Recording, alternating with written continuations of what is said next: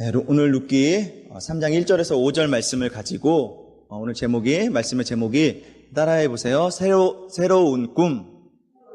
네, 새로운 꿈이라는 제목을 가지고 함께 말씀을 나누도록 하겠습니다. 지금까지 우리는 이제 룻기에 대해서 이제 1장 또 2장 또 하나님께서 실패한 한 가정에 한 인생에 찾아가셔서 하나님께서 일하시고 또 그 가정을 세워가시고 그 가운데서 하나님의 놀라운 일들을 이루어 가시는 그런 여정을 계속해서 말씀을 통해서 듣고 있습니다. 기억하시죠? 네. 그래서 오늘은 3장 1절에서 5절 말씀인데 새로운 꿈이라는 제목입니다. 이 가운데 정말 우리가 하나님이 주시는 그러한 새로운 꿈을 꿀 수 있기를 바랍니다. 우리가 삶을 살아가다 보면은 때로는 우리의 모습과 생각이 내가 정말 우물 안에 개구리로 살았구나 이렇게 생각이 들 때가 아마 있을 것입니다. 저도 전에 이제 중고등학생 때 이제 교회에서 찬양 인도를 하고 열심히 찬양하다가 가끔 이제 올림픽 경기장, 체조 경기장, 실내 체육관 그런 데에서 예수전도단, 전하세 예수 이런 찬양팀들이 집회를 한다 그러면 이제 같이 가요, 교회. 그러면은 그곳에 들어가면 정말 그 찬양하는 그런 모습들을 보면서 나는 정말 우물 안의 개구리였구나. 내가 교회에서는 찬양 잘하고 정말 교회에서 잘 인도하고 그러는 줄 알았는데 그곳에 서게 되면은 정말 그곳에서 기도하는 청년 학생들도 많이 보게 되고 또 찬양하는 그런 모습들을 보면서 정말 내가 우물 안의 개구리로 살았구나. 내가 나만 믿음이 좋은 줄 알았구나. 그렇게 생각이 들 때가 있었습니다. 우물 안에서 하늘을 바라볼 때 하늘을 바라보는 그 면적이 얼마만큼이에요? 우물 안에 있는 우물을 통해서 바라보는 그 하늘이 전부라고 생각하는 것처럼 우리도 이런 가치관 또 우리의 인생을 이런 생각들을 우리의 틀 안에 가둬둘 때가 있다는 것이죠. 어느 대기업 회장에게 어린 아들이 있었습니다. 그 아들이 유치원에서 이렇게 자랑을 하죠. 친구들에게. 우리 아빠는 지갑에 10만 원이나 있어. 이렇게 자랑을 합니다. 실제로는 아빠는 10만 원보다 더 많은 그 이상의 것을 가지고 있는 대기업 회장이었는데도 불구하고 그 아이에게는 10만 원이나 갖고 있는 아빠로 알고 있는 것이죠. 그 아이에게는 아빠가 갖고 있는 그 10만 원이 우주를 다 가진 그런 돈과 아마 마찬가지였을 거예요. 모든 과자는 다 살 수 있고 어떤 장난감이든 다 살 수 있고 먹고 싶은 것도 마음껏 먹을 수 있는 정말 10만 원은 그 어린아이에게는 정말 큰 돈이었던 것이죠. 하지만 그 아이의 실수는 아빠의 능력을 10만 원에 한정해 버렸다는 것이죠. 더 능력이 있는 아버지인데 10만 원보다 더 큰 것들을 해줄 수 있는 아버지인데 10만 원에 한정해 버렸다는 것입니다. 그런데 바로 이것이 하나님 앞에서 우리의 모습이 아닌가 한번 생각해 보게 되었습니다. 우리는 하나님을 내 한계와 내 생각 그 틀에서 가두어 버리고 내 생각 안에서 내 틀 안에서 하나님 이것을 해주실 것이라 이렇게 생각을 하죠. 하나님 우리가 생각하는 그 틀과 그 틀을 뛰어넘어서 더 크고 놀라운 일들을 하실 수 있는 그런 전능하신 하나님 아버지임에도 불구하고 내 생각과 내 틀에 가두어 버렸다는 것이죠. 우리는 오늘 그 틀을 깰 수 있기를 바랍니다. 지난주가 아니죠. 지난번에 제가 말씀 전할 때 우리의 생각보다 크신 하나님에 대해서 말씀을 나누었어요. 하나님의 생각과 또 하나님의 길은 우리의 생각과 길과 다르지만 우리가 상상하는 그 이상으로 우리에게 더 좋은 것을 예비해 주시는 하나님이시라는 것이죠. 이런 관점으로 우리가 계속 룻기를 살펴보고 있었습니다. 1장에서는 10년 만에 고향 베들레헴으로 되돌아가는 그러한 나오미의 모습이 나오죠.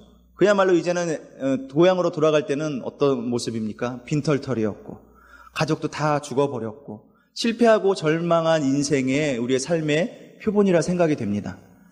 당장 먹을 것이 없고 생계가 막막하죠. 그리고 돌아왔습니다.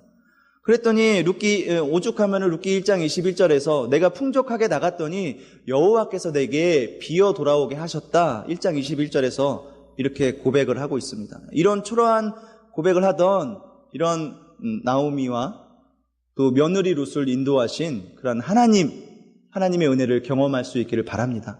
그 은혜의 풍성함이 룻기 2장에서 나타나 있는 것이죠. 룻기 2장 14절을 한번 찾아보실까요? 네, 우리 룻기 2장을 좀 몇 절을 한번 찾아보실게요. 네, 룻기 2장 14절. 네.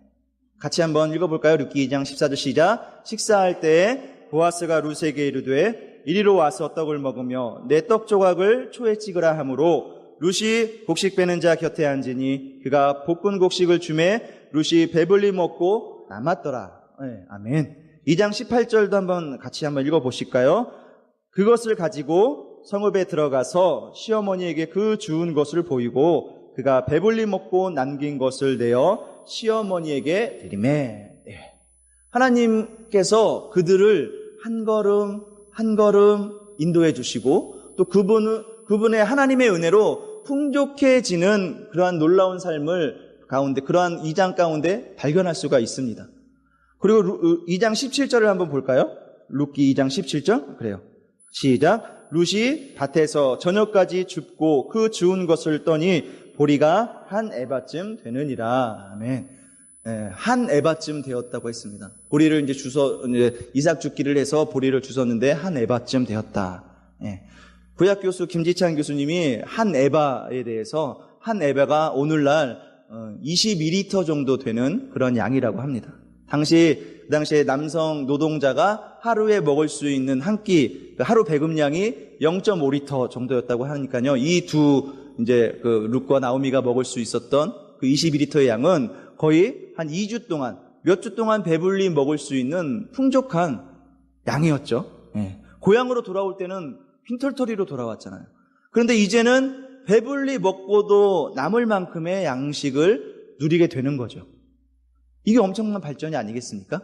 아무 먹을 것도 없고 끼니도 없고 그랬는데 하나님의 은혜로 이삭 줍기를 통해서 정말 풍성하게도 먹고도 몇 주 동안 또 먹고 남을 수 있는 그 양식을 하나님께서 베풀어 주시는 거죠.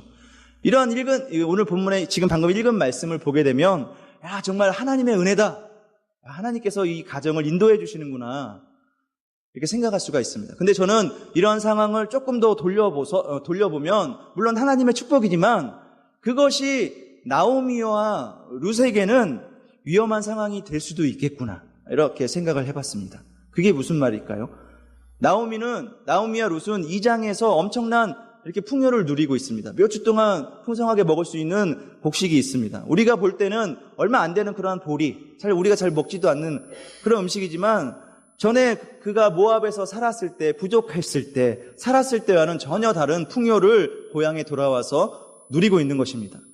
그래서 여기서 조심해야 되는 것이죠. 룻을 향한 하나님의 계획은 몇 주 정도만 먹을 수 있는 그러한 곡식에서 끝난다는 것이 아니죠. 그렇기 때문에 룻과 나오미가 이 부분에서 조심해야 되겠구나라는 그러한 생각을 해보게 되었습니다.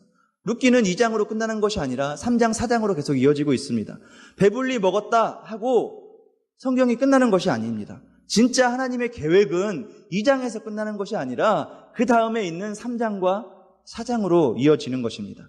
2장에 있는 장차 먹고 남았다, 배불리 먹었다, 이 풍성함은 장차 우리가 하나님께서 은혜를 이 가정에게 베푸실, 하나님께서 하나님께서 은혜를 주실 3장과 4장의 은혜를 2장에서 미리 맛보게 해주신 것인 줄 믿습니다. 그런데 우리의 삶은 어떻습니까? 우리 인생은 2장을 굉장히 좋아하죠. 1장에서 배고프던 시절을 생각하니까 2장에 딱 오니까 배불리 먹어, 등 따시고 배불리 먹을 수 있으니까 더 이상 바랄 것이 없습니다. 여기가 좋사오니 하면서 더 이상 바랄 것이 없어. 여기 하나님의 베푸신 은혜야 하면서 만족해하고 끝. 더 이상 이제 바라지 않습니다. 2장의 둥지를 틀고 머물러 있는 인생들이 얼마나 많은지 모릅니다. 지금 현재 받은 은혜와 축복을 가지고 전에 인생에 살았을 때 어려움과 고통과 비교하면 만족해하고 이 정도면 됐어. 하나님이 내게 축복을 주셨어. 라고 생각과 그러한 틀에서 만족해버리고 만다는 것이죠. 이것이 하나님의 축복과 물론 은혜이지만 또 다른 위험한 상황이 될 수가 있다는 것입니다. 거기서 안주할 수가 있다는 것입니다. 우리에게는 누구나 룻기 1장처럼 누구나 배고프고 가난한 시절을, 또 마음이 가난하고 그런 공고한 시절을 겪었을 줄 압니다. 현재 그런 시간을 보내고 계신 분들도 계실 거예요. 그러나 하나님께서는 크신 하나님이세요. 반드시 이 장과 같은 하나님의 긍휼이 있을 줄을 믿습니다. 아무것도 없이 시작을 하고 빈털터리와 같은 그러한 인생이지만 나는 오늘 죽어도 더 이상 여한이 없다라고 고백하는 하나님의 그런 은혜가 있을 줄을 믿습니다. 그러나 중요한 것은 거기에 만족하지 마시기를 바랍니다. 이 장에서 멈춰있지 마시기를 바랍니다. 더 새로운 꿈을 꿀 수 있기를 바랍니다. 하나님은 거기서 딱 끝내시는 분이 아니에요. 이만큼 줬으면 됐지 하고 끝내시는 분이 아니세요. 하나님의 능력을 내 생각과 내 틀에서 제한하시지 마세요. 네. 하나님이 죽은 게 아니라 내 믿음이 죽은 거예요. 하나님이 연약한 게 아니라 내 믿음이 연약한 것이라는 것이죠. 그것을 우리는 깨달아야 합니다. 우리의 인생도 정리하다 보면 룻기 2장과 같은 그런 풍요로움을 누릴 때는 내 인생에 3장과 4장이 펼쳐질까? 이러한 생각을 아마 꿈에도 생각하지 못했을 것입니다. 이렇게 하나님 말씀을 전하는 저도 목회자가 될 줄 누가 알았겠습니까? 이렇게 하나님 앞에서 기뻐하며 찬양하는 그러한 예배자로 설 줄을 누가 알았겠습니까? 네, 별로 동의를 안 하시네요. 네. 지금은 내 인생의 룻기 4장인 것이죠. 하나님의 은혜는 룻기 2장에서 멈춰지지 않습니다. 이런 풍성한 은혜를 저뿐만 아니라 모두 누릴 수 있기를 간절히 축원합니다. 혹시 지금 괴롭고 힘든 상황에 처해 있다면 2장이 펼쳐질 것을 기대하시기를 바랍니다. 또 지금 내가 2장과 같은 하나님이 이끌어 주심을 누리고 있다면 그렇다면 그것은 진짜 본론인 3장과 4장에 하나님께서 일하심을 이것은 맛보기로 보여주고 있다는 것에 불과하다라는 것을 믿으시기를 바랍니다. 시편 81편에 보면 나는 너를 애굽 땅에서 인도하여 낸 여호와 내 하나님이니 내 입을 크게 열라 내가 채우리라 이렇게 말씀하고 있습니다. 이 말씀이 하나님이 채우시겠다, 내가 이루겠다 하는 이 하나님의 말씀이 우리 안에 능력으로 나타날 수 있기를 바랍니다. 그런데 우리의 현실은 어떠합니까? 시편 81장 10절의 말씀인데요. 그 11절의 말씀에 가면은 바로 이런 말씀이 나옵니다. 내 백성이 내 소리를 듣지 아니하며 이스라엘이 나를 원하지 아니하였도다. 바로 다음 절에 이런 말씀이 나옵니다. 이 정도면 됐어. 배부르게 먹고 남을 양식이 있어. 풍성함을 누리고 있으니까 이 정도면 됐어. 입을 벌려서 더 구할 것도 없다. 이렇게 생각하면서 2장에 안주하는 인생들이 너무나 많다는 것이죠. 혹시 우리 가운데 이러한 분들이 있다면 이제 더 놀라운 3장으로 진입할 수 있기를 간절히 소원합니다. 우리는 이렇게 영적 포만감을 늘 경계해야 됩니다. 이 정도면 됐어. 이 정도 봉사하면 됐어. 이 정도 예배했으면 됐어. 이 영적인 포만감을 늘 경계하시길 바랍니다. 우리가 가장 경계해야 될 것이라 생각이 됩니다. 내가 맡고 있는 목장이, 내가 맡고 있는 전도회가 목원들이 많아지면 금세 포만감을 느낍니다. 교회 성도들이 많아지면 포만감을 느끼고 교만에 사로잡히는 그러한 목회자들도 오늘날 얼마나 많은지 모릅니다. 우리는 항상 이것을 경계해야 됩니다. 그리고 또 하나 경계해야 될 것이 헛멋이라는 거죠. 헛멋. 사람이 조금 모이고 돈이 조금 모이고 그러기 시작하면 집을 바꾸고 차부터 바꾸고 아내도 바꾸고 남편도 바꾸고 농담이죠. 네. 목에 힘이 들어가기 시작합니다. 이렇게 헛멋이야말로 우리가 3장에 진입하기 위한 커다란 걸림돌이 된다는 것입니다. 헛멋이 드는 것은 영적 포만감 때문이에요. 내가 이제 배부르기 때문이에요. 아직 갈급함을 못 느끼기 때문이에요. 포만감을 느끼지 않으면 헛멋도 없습니다. 우리는 이런 헛멋에 빠지지 않도록 늘 깨어서 기도할 수 있기를 바랍니다. 하나님께서는 우리 하늘문교회가 이런 헛멋에 빠지지 않도록 겸손하도록 지금 훈련시키는 과정이 아닌가 이렇게 생각을 하고 있습니다. 그렇기 때문에 하나님께서 새로운 꿈을 꾸게 하시는 하나님의 은혜를 날마다 경험할 수 있기를 바랍니다. 우리가 이 장에 만족하고 한 에바 이 포만감에 빠지게 되면은 굉장히 위험하죠. 룻기 2장이 어떻게 끝이 나죠? 23절에 보면 이에롯이 보아스의 소녀들에게 가까이 있어서 보리추수와 밀추수를 마치기까지 룻기 2장 23절에 이렇게 말씀하고 있습니다. 추수가 끝나면 이삭주기도 끝나겠죠. 그래서 우리가 이 2장에 만족하고 그곳에 그냥 둥지를 틀고 있으면 인생의 마지막은 어떻게 되겠어요? 거기서 안주하고 있으면 추수도 다 끝났는데 이제 굶어 죽게 돼 있는 거예요. 곰핍에 빠질 수밖에 없는 거예요. 그렇기 때문에 이 장의 풍요로움을 아직 내가 누리고 있을 때 우리는 서둘러서 이제 거기서 머물러 있는 것이 아니라 3장과 4장으로 빨리 건너가야 되는 것이죠. 그래서 오늘은 3장으로 빨리 건너왔잖아요. 루키 2장에서 만족하지 말고 루키 3장으로 진입하는 이 하나님의 은혜에 목마를 수 있는 영혼들이 될 수 있기를 간절히 소원합니다. 이런 의미에서 나오미는 정말 지혜로운 사람이죠. 그녀는 한 에바를 가져온 이 며느리에게 이렇게 묻습니다. 루키 2장 19절에서 20절에 보면 이런 말씀이 있습니다. 19절에서 루키 2장 19절에서 20절 같이 한번 읽어볼까요?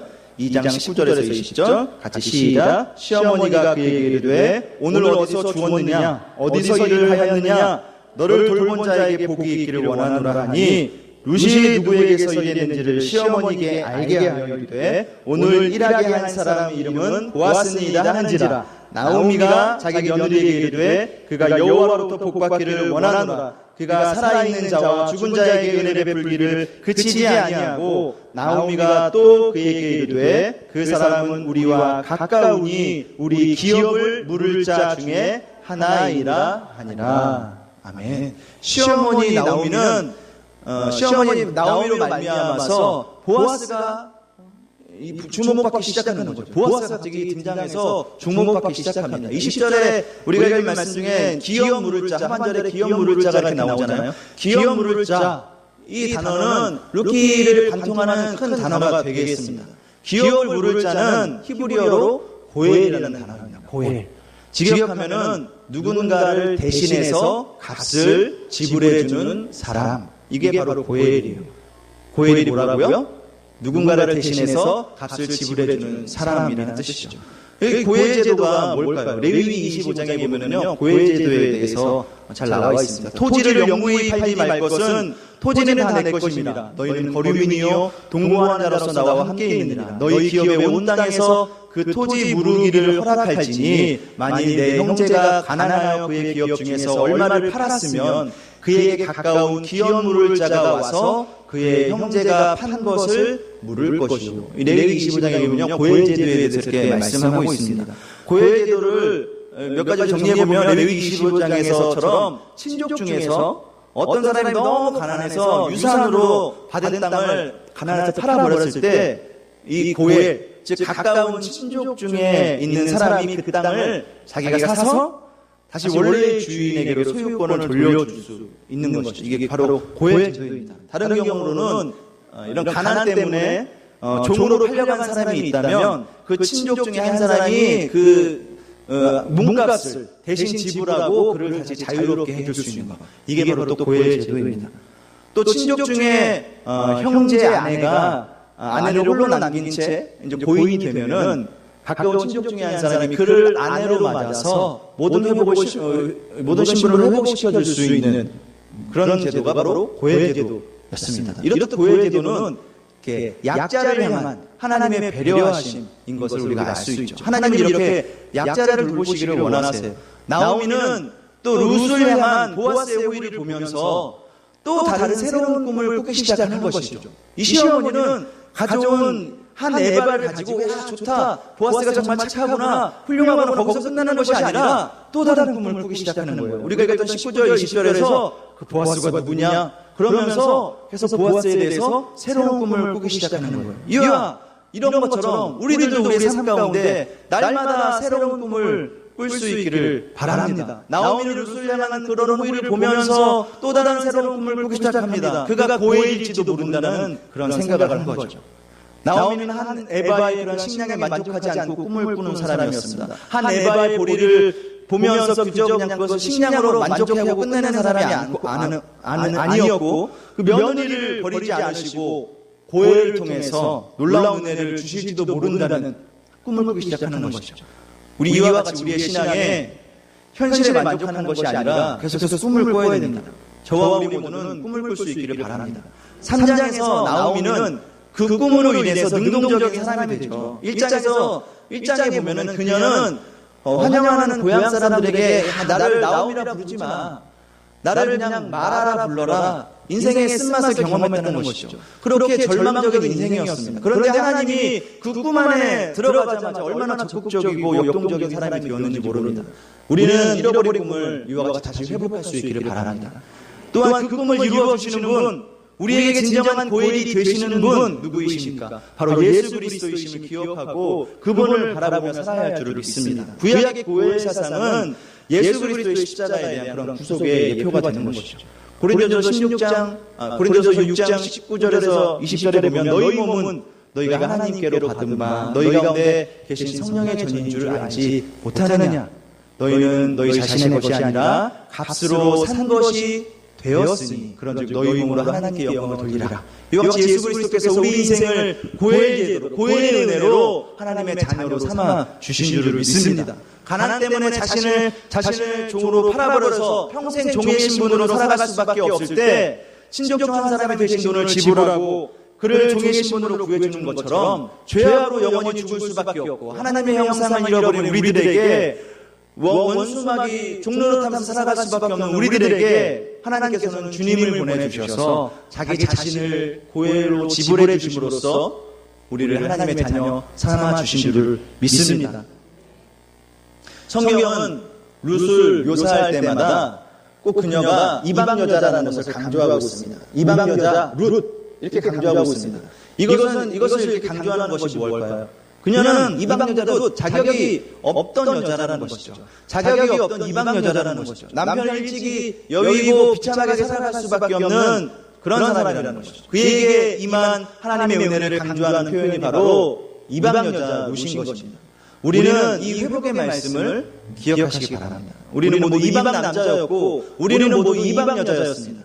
그런데 어떻게 주님의 자녀라는 그런 호칭이 우리 앞에 붙어 있습니까?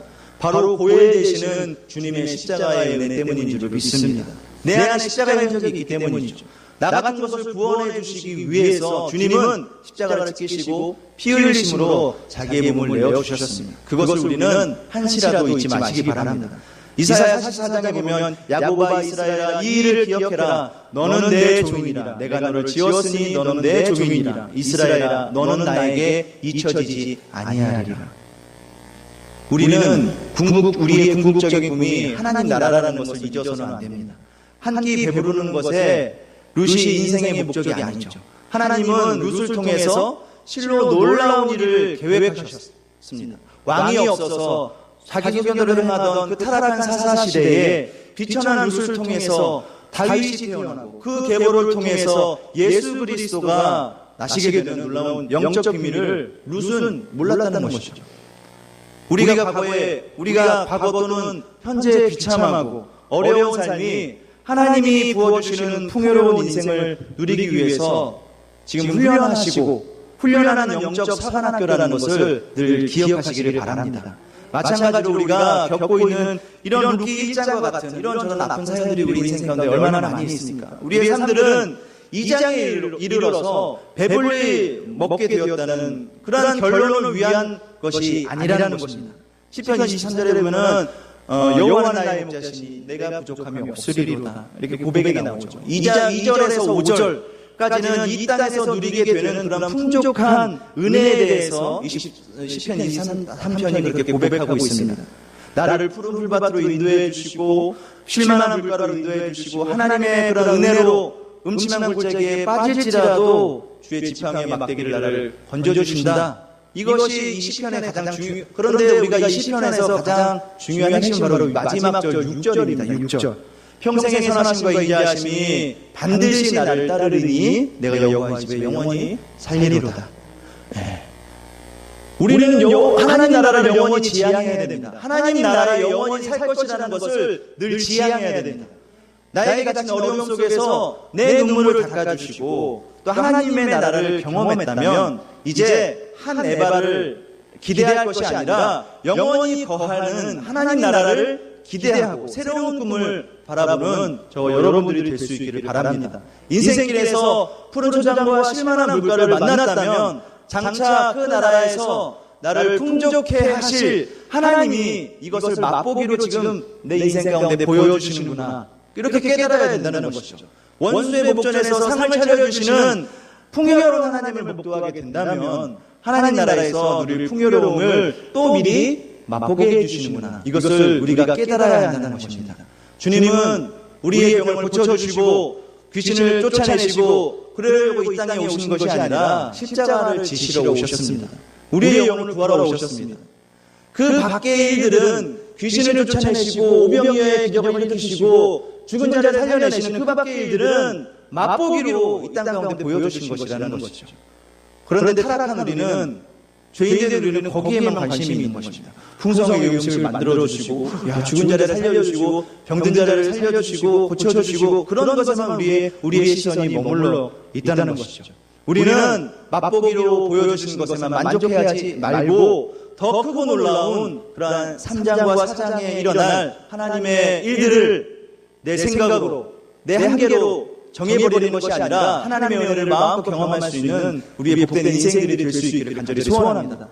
내 병도 고쳐줬으면 좋겠다. 오병이어의 기적을 맛봤으면 좋겠다. 부자가 됐으면 좋겠다. 여기가 우리의 한계인 것이죠. 이제 우리의 시야가 넓혀졌으면 좋겠습니다. 이 땅에서 경험하는 주님의 은혜 뒤에 주님의 십자가가 있고 또 그 십자가 문을 통과해서 하나님 나라로 들어가는 것을 볼 수 있는 우리의 영의 눈이 열릴 수 있게 되기를 바랍니다. 주님을 모시고 사는 주님의 백성은 요한복음 2장에 나오는 것처럼 가나안 혼인잔치와 같은 그런 삶을 살아가는 것이죠. 처음에는 인간이 만들어준 포도주를 마시면서 맛있다고 생각하지만 주님과 동행하는 삶을 살면 더 윤택한 포도주를 마실 수 있게 되는 줄을 믿습니다. 주님이 만들어주시는 향내나는 포도주를 마시면서 사는 인생이 바로 우리 그리스도인들의 삶인 것입니다. 우리는 이렇게 풍성한 하나님의 은혜를 누리며 살고 있습니다. 놀랍게 그지없지 않습니까? 그러나 현재에 만족하는 것이 아니라 새로운 꿈을 꾸고 날마다 기대할 수 있기를 바랍니다. 루시 여기서 나오미가 여기서 멈추는 것이 아니라 더 새로운 꿈을 그곳에서 발견했던 것처럼 내게 가장 좋은 것은 아직 오지 않았다. 내게 펼치실 루키 3장과 4장 같은 새로운 꿈을 하나님이 예비해 놓으셨다.